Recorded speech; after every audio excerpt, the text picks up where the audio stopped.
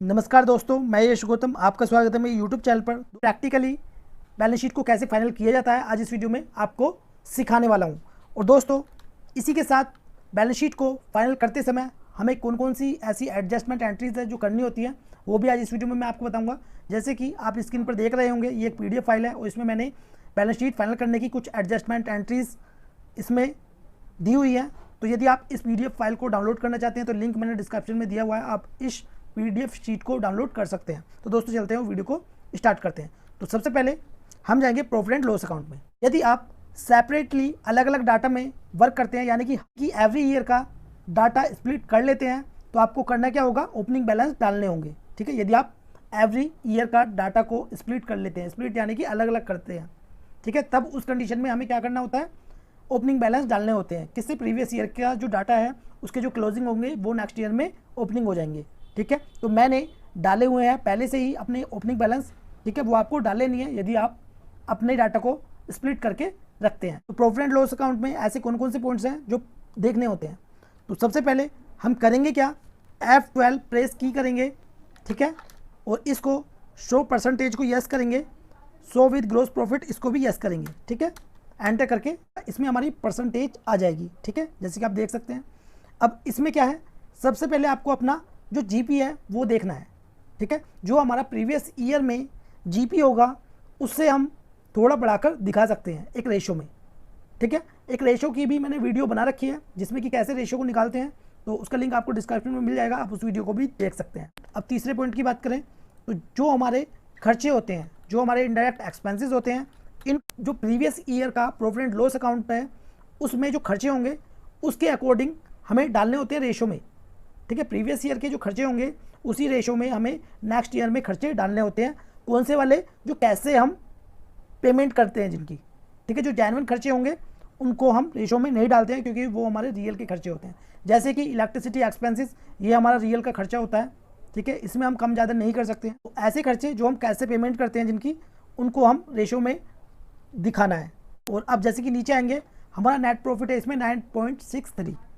तो हमें क्या ध्यान रखना है, जो हमारा प्रीवियस ईयर में NP होगा यानी कि नेट प्रॉफिट होगा, उसी के रेशो में हमें इस साल भी नेट प्रॉफिट को एडजस्ट करना है। पहले हमारा 9% GP था, जो कि अब की बार 9.63 है। ठीक है, मैंने रेशो में खर्चे यहाँ पर डाल लिए हैं और अपना NP रखा है यानी कि नेट प्रॉफिट रखा है 9.63%। ठीक है, तो मैंने पहले से ही कर लिया है। तो जैसे ही आप इसमें रेशो में खर्चे डालेंगे तो उसके अकॉर्डिंग आपका जो नेट प्रॉफिट है वो भी प्रीवियस ईयर के अकॉर्डिंग ही आ जाएगा। ठीक है, जो था प्रॉफिट एंड लॉस अकाउंट में जो हमें पॉइंट्स देखने होते हैं। ठीक है, उसके अलावा कुछ भी नहीं है। अब चलते हैं बैलेंस शीट की तरफ। इसमें हमें पीरियड चेंज करते हैं। ठीक है, अब देखिए, सबसे पहले चलते हैं हम कैपिटल में।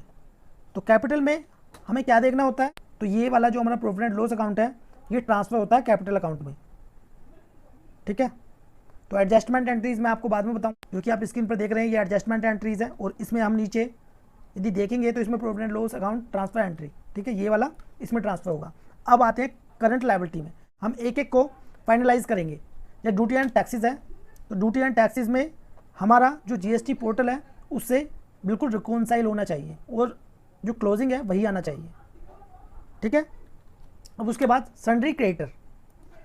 अब सन्ड्री क्रेडिटर में हमें करना क्या होता है, जितने भी हमारे सन्ड्री क्रेडिटर हैं सभी को रिकॉन्साइल करना है पार्टी से। जैसे कि मान लीजिए आदिश्री उद्योग हमारी पार्टी है, सन्ड्री क्रेडिटर है। ठीक है, करना क्या है, पार्टी से अकाउंट स्टेटमेंट मंगानी है। यदि आप खुद रिकॉन्साइल कर रहे हैं तो आपको पार्टी से अकाउंट स्टेटमेंट लेनी है, फिर वो रिकॉन्साइल करनी है। रिकॉन्साइल कैसे करनी है, एक एक पेमेंट और बिल को चेक करना है कि हमारा जो पार्टी की अकाउंट स्टेटमेंट है उससे मैच है या नहीं है। यदि डिफरेंस है तो क्यों डिफरेंस है, ठीक है, उसका पता करना है और उस डिफरेंस को पार्टी से पूछकर जो भी डिफरेंस होगा उसको ख़त्म कर देना है। ठीक है, प्लस हमारी एक एडजस्टमेंट एंट्रीज भी होती है, कौन सी, एडवांस टू सन्ड्री क्रेडिटर्स। ठीक है, वो भी मैं आपको बताऊंगा। अब उसके बाद ये हमारी पेबल की एंट्री है। ठीक है, अब पेबल की एंट्री कौन सी होती है, जो खर्चे हमारे नेक्स्ट ईयर में जिनकी पेमेंट होनी है वो हमारे खर्चे पेबल में आ जाते हैं। जैसे कि audit and IT fee payable है। ठीक है, तो इसकी पेमेंट हम नेक्स्ट ईयर में करेंगे यानी कि 31 मार्च के बाद। ऐसी इलेक्ट्रिसिटी एक्सपेंसेस पेबल, ऐसी Rahul Sharma and company salary payable, तो ऐसी ही हमारी ऐसे खर्चे जो 31 मार्च के बाद होंगे। ठीक है, तो मैं उम्मीद करता हूँ आपको समझ में आ रहा होगा।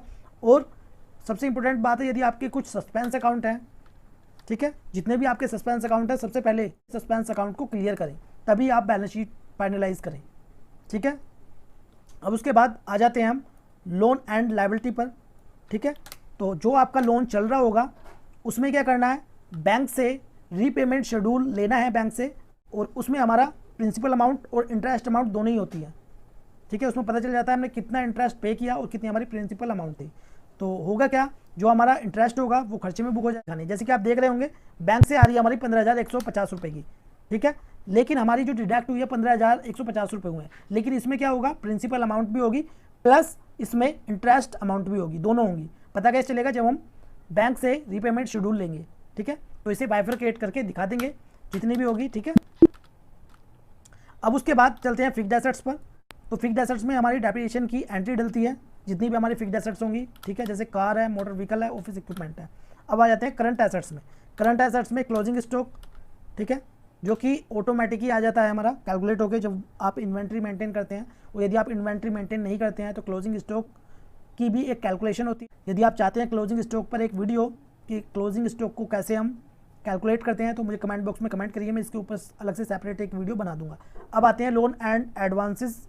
ठीक है, तो इसमें हमें देखना है जो हमारे लोन एंड एडवांसेस हैं कितनी पेमेंट आ गई है हमारे पास। ठीक है, अब उसके बाद है सन्ड्री डेटर।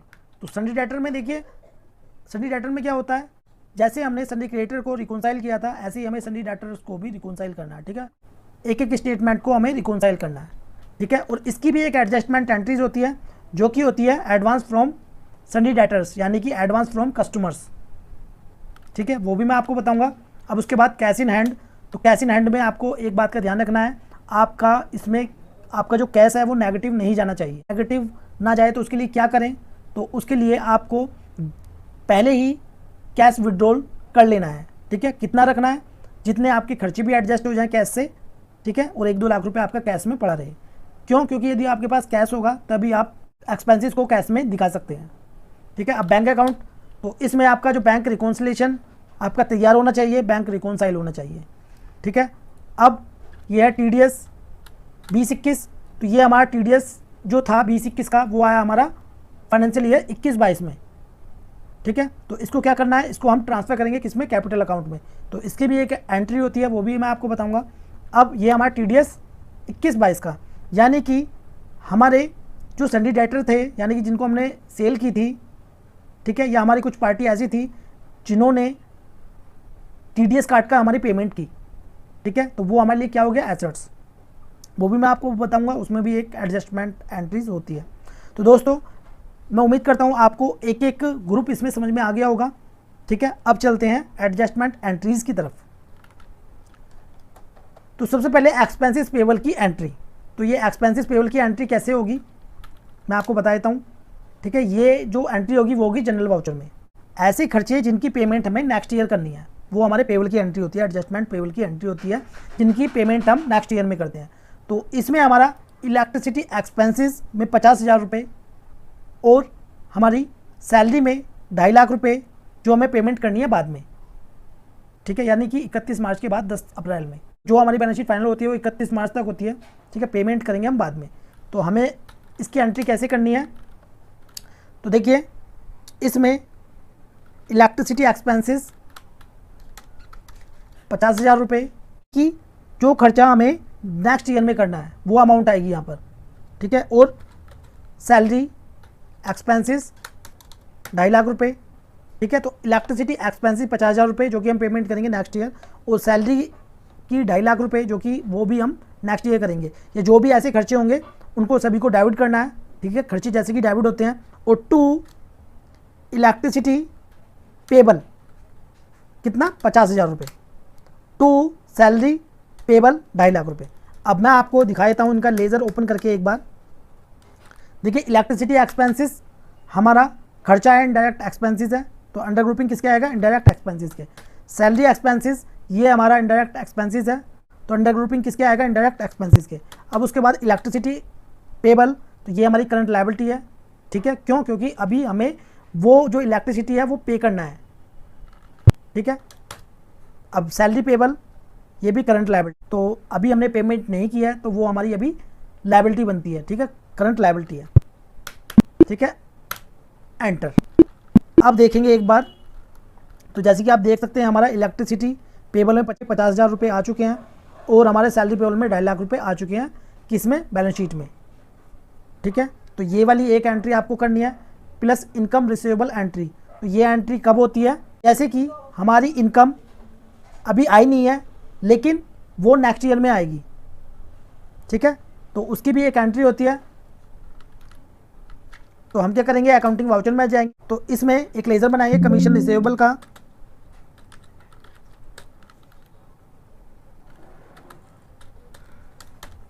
ठीक है। ये होगा हमारा करंट एसेट्स, क्योंकि अभी कमीशन आया नहीं है तो इसलिए वो होगी हमारी एसेट्स, 65,000 रुपये टू क्या होगी? कमीशन, ठीक है।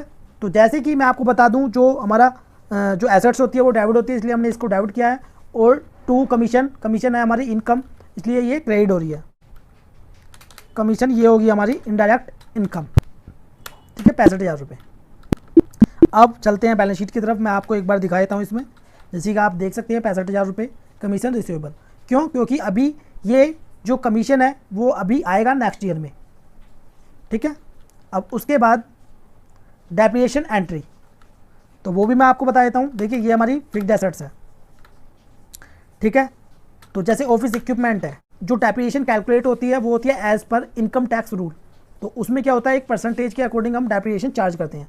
जैसे कि ऑफिस इक्विपमेंट पर 15% डेप्रिसिएशन चार्ज होती है। अब इसमें यदि आपने फिक्स्ड एसेट सितंबर तक परचेज कर लिया है, यदि आपने सितंबर तक परचेज कर लिया है तो इस पर फुल रेट में डेप्रिसिएशन चार्ज होगी, यानी कि 15% एसेट्स को सितंबर में परचेज करते हैं या उससे पहले करते हैं तो हमारी फुल रेट में डेप्रिसिएशन चार्ज होगी, ठीक है। और यदि हम सितंबर के बाद परचेज करते हैं, अक्टूबर, नवंबर, दिसंबर, जनवरी, फरवरी या मार्च में, तो हाफ रेट में डेप्रिसिएशन कैलकुलेट होती है, तो हाफ रेट में डेप्रिसिएशन कैलकुलेट होती है। अब जैसे कि मैं आपको बता देता हूँ, 49,669 पर फुल परसेंट डेप्रिसिएशन चार्ज होगी, ठीक है। तो 49,669 इसका 15% निकाल लेंगे, ठीक है। फिर 9,000 का हम इसका हाफ निकालेंगे। हमने क्या किया, 49,669 पर फुल रेट में डेप्रिसिएशन चार्ज की और 9,000 पर हाफ रेट में, यानी कि इस पर 15% और इस पर 7.5%, तो कितना हो गया हमारा 8185 रुपये, ठीक है। डेप्रिसिएशन कहाँ पर? मार्च में। तो हम क्या करेंगे, जनरल वाउचर में जाएंगे, डेप्रिसिएशन कितना है 8125 रुपये टू ऑफिस इक्विपमेंट और एंटर कर देंगे। अभी मैं आपको दिखा देता हूँ ऑफिस इक्विपमेंट, जैसे कि आप देख सकते हैं, ठीक है। तो जैसे कि आप देख सकते हैं हमारी डेप्रिसिएशन की एंट्री हमने कर दी है। तो डेप्रिसिएशन से होता क्या है, जो हमारी एसेट्स होती है उसकी वैल्यू कम हो जाती है, ठीक है। इसी प्रकार ही जितनी भी हमारी फिक्स्ड एसेट्स होंगी एंट्री करनी है ऐसे ही। अब उसके बाद एडवांस फ्रॉम सनी डेटर्स, यानी कि एडवांस फ्रॉम कस्टमर। डेबिट में है हमारी सेल, क्रेडिट में है रिसिप्ट। आदित्य एंटरप्राइजेस पर एंटर करेंगे। एंटर करने के बाद देखिए अप्रैल में 6,000 रुपये की सेल की, लेकिन इसकी जो रिसिप्ट आई है कितनी आई है, 78,431 रुपये, यानी कि सेल तो की 6,000 रुपये की, लेकिन पेमेंट हमारे पास एडवांस आ गई कितनी, 72,431 रुपये। तो जो हमारी सेल हुई है वो डेबिट में आती है और जो क्रेडिट है वो हमारी रिसिप्ट है, यानी कि जिस पार्टी का बैलेंस क्रेडिट आ रहा है यानी कि उसकी एडवांस पेमेंट हमारे पास आ चुकी है, जिसका क्रेडिट बैलेंस आ रहा है उसकी एडवांस पेमेंट हमारे पास आ चुकी है। तो हमें क्या करना है, उसकी एक एडजस्टमेंट एंट्रीज होती है, जो कि पार्टी को हम डेबिट करेंगे और टू एडवांस फ्रॉम कस्टमर को हम करंट लायबिलिटी अंडर ग्रुपिंग में आएगा, इसको क्रेडिट करेंगे। क्यों? क्योंकि अभी हमारी वो लायबिलिटी है, ठीक है। तो कैसे करेंगे, जैसे कि हमारा आदित्य एंटरप्राइजेस, मैं बता देता हूँ एक बार आपको एंट्री करके। क्या, जनरल वाउचर में जाएंगे और जैसे कि हमारी आदित्य एंटरप्राइजेस, इसको डेबिट करेंगे। कितना इसका अमाउंट एडवांस आ रहा था, 72,431 रुपये, यानी कि जिस पार्टी का एडवांस जितना भी आ रहा है उसको हम डाल देंगे, ठीक है। और टू एडवांस फ्रॉम कस्टमर्स, ठीक है। इसका एक लेज़र बना लेते हैं हम, Alt+C प्रेस करेंगे और एडवांस एडवांस टू कस्टमर्स के नाम से बनाएंगे और ये करंट लायबिलिटी, ठीक है, एंटर कर देंगे। अब ये तो होगी एक सिंगल पार्टी की एडवांस फ्रॉम कस्टमर एंट्री, ठीक है। लेकिन हम इसमें एक ही एंट्री में काफ़ी सारी कर सकते हैं, जैसे कि आदित्य एंटरप्राइजेज हो गया, फिर से बाय दूसरी पार्टी जो होगी वो डाल देंगे, जैसे कि हमारी दूसरी पार्टी है, ठीक है, उसका जो बैलेंस है वो है 24,497 रुपये। फिर इसी प्रकार जो दूसरी पार्टी होगी, तीसरी पार्टी होगी, इसी प्रकार ही डालना है, ठीक है। तो मैं उम्मीद करता हूँ आपको समझ में आ गया होगा। और यहाँ पर एडवांस फ्रॉम कस्टमर्स, ठीक है, एंटर कर देंगे। अब बैलेंस शीट में चलते हैं, एडवांस फ्रॉम कस्टमर्स। जैसे कि आप देख सकते हैं हमारी अभी ये लायबिलिटी है 96,928 रुपये। अब उसके बाद एडवांस सन्डी क्रेडिटर्स, अब इसकी कैसे होगी, इसकी भी सेम होगी, मैं बता देता हूँ। हम जाएंगे सन्डी क्रेडिटर में, जो क्रेडिट में बैलेंस आ रहा है ये हमारी क्या है, परचेज, मैं आपको दिखा देता हूँ, ठीक है, परचेज या एक्सपेंसेस है। जो डेबिट में है ये हमारी पेमेंट है, जो हमने पेमेंट की है, जिनसे हमने माल परचेज किया था। तो जो डेबिट बैलेंस है वो पार्टी को हमने एडवांस पेमेंट की हुई है, ठीक है। और जो क्रेडिट बैलेंस है अभी हमें पार्टी की पेमेंट करनी है। तो जो हमारा पार्टी पर एडवांस पहुंच गया है, ठीक है, उसकी एक एंट्री करनी है, एडजस्टमेंट एंट्रीज, मैं आपको बता देता हूँ वो कैसे करनी है। तो हम जाएंगे अकाउंटिंग वाउचर पर, प्रीपेड टू सप्लायर के नाम से एक लेजर बनाना है, प्रीपेड टू सप्लायर, और ये हमारा क्या आएगा, करंट एसेट्स। क्यों, क्योंकि हमने सन्डी क्रेडिटर को एडवांस पेमेंट कर दी है। अब जैसे कि हमारी ग्लास वर्ड से पेमेंट थी, तो ग्लास वर्ड की 69,410 रुपये थी, जो कि हमने एडवांस पेमेंट कर दी थी, ठीक है, 69,410 रुपये, ठीक है। तो प्रीपेड टू सप्लायर मतलब कि टोटल अमाउंट इसमें आ जाएगी हमारी, यदि एक में ही हम एंट्री करना चाहें, ठीक है। और पार्टी वाइज नीचे हम 2 में करते जाएंगे। अब जैसे मान लीजिए 10,000 रुपये है, 2 फिर दूसरी यहाँ पर पार्टी आ जाएगी, ठीक है, जो सिंडिकेटर को हमने एडवांस पेमेंट की हुई है। तो इस प्रकार करनी है। अब उसके बाद देखिए टीडीएस रिसीवेबल एंट्री, ठीक है। तो टीडीएस रिसीवेबल एंट्री क्या करना है, तो ऐसी पार्टी जो हमें पेमेंट करती है टीडीएस काट कर, ठीक है, टीडीएस हमारी काट कर पेमेंट करती है, तो टीडीएस जो काटा है वो उसके लिए लायबिलिटी है, हमारे लिए एसेट्स है, ठीक है, क्योंकि एडवांस में उसने काट लिया है, वो जमा कराएगा, ठीक है। तो उसकी भी एक एंट्री होती है। एंट्री क्या होती है मैं आपको बताता हूँ। बाय टीडीएस जैसे कि 21/22 का, ठीक है, अकाउंट डेबिट 2,500 रुपये है, और टू पार्टी, जिस पार्टी ने हमारा टीडीएस काटा है उसको क्रेडिट कर देंगे, ठीक है। अब इसी प्रकार टीडीएस पेबल एंट्री, तो टू पार्टी अकाउंट डेबिट, इसको डेबिट कर देंगे पार्टी को, टू टीडीएस पेबल, ये लायबिलिटी है तो इसलिए क्रेडिट हो रही है, वो एसेट्स है तो इसलिए वो डेबिट हो रही है। अब previous year TDS transfer entry, तो इसकी भी एक एंट्री होती है। चलते हैं बैलेंस शीट पर। टीडीएस है हमारा 2021 का 6350 रुपये, ठीक है। तो हम क्या करेंगे, अकाउंटिंग वाउचर पर जाएंगे, कैपिटल अकाउंट, तो ये पार्टनरशिप फर्म है, ठीक है। हम क्या करेंगे, 6350 रुपये को डिवाइड कर देंगे 2 में, तो 7175, ठीक है, बाय कैपिटल यश 7150 रुपये, और टू टीडीएस 2021, ठीक है। तो आप देख सकते हैं टीडीएस 2021 का ये हमारा 0 हो चुका है। एंटर करेंगे, बैलेंस शीट पर जाएंगे एक बार और देख लेते हैं टीडीएस 2021 का, जैसे कि आप देख सकते हैं यहाँ से हट चुका है और ये हमारा कैपिटल अकाउंट में ट्रांसफ़र हो गया। अब सबसे लास्ट में profit and loss account transfer entry, ठीक है। तो अब इसकी एंट्री कैसे होगी, अकाउंटिंग वाउचर में जाएंगे, सबसे पहले हम क्या करेंगे, प्रॉफिट एंड लॉस अकाउंट को डेबिट करेंगे। कितना है, 7,16,510 रुपये, 7,16,510 रुपये 11 पैसे। अब ये है पार्टनरशिप फर्म, देखिए प्रोप्राइटरशिप फर्म है तो इसमें वही आ जाता है और इसको हम एंट्री हो जाती है। लेकिन पार्टनरशिप फर्म है तो इसमें क्या होगा, हमारा रेशो में जो प्रॉफिट होगा वो डिवाइड होगा, चाहे प्रॉफिट हो तो वो लॉस होगा तो भी रेशो में डलेगा, ठीक है। तो अब हमारा इसमें हम क्या करेंगे, 50% हमारा पार्टनरशिप रेशो है, इसको डिवाइड कर देंगे 2 से, ठीक है। और इसमें आ गया 3,57,755 0.55, ठीक है। तो इसमें आ गया कैपिटल यश, ठीक है। तो इसमें 1 पैसे का डिफरेंस आएगा, कोई बात नहीं, ठीक है, किसी किसी केस में आ जाता है, इसको एंटर कर देंगे।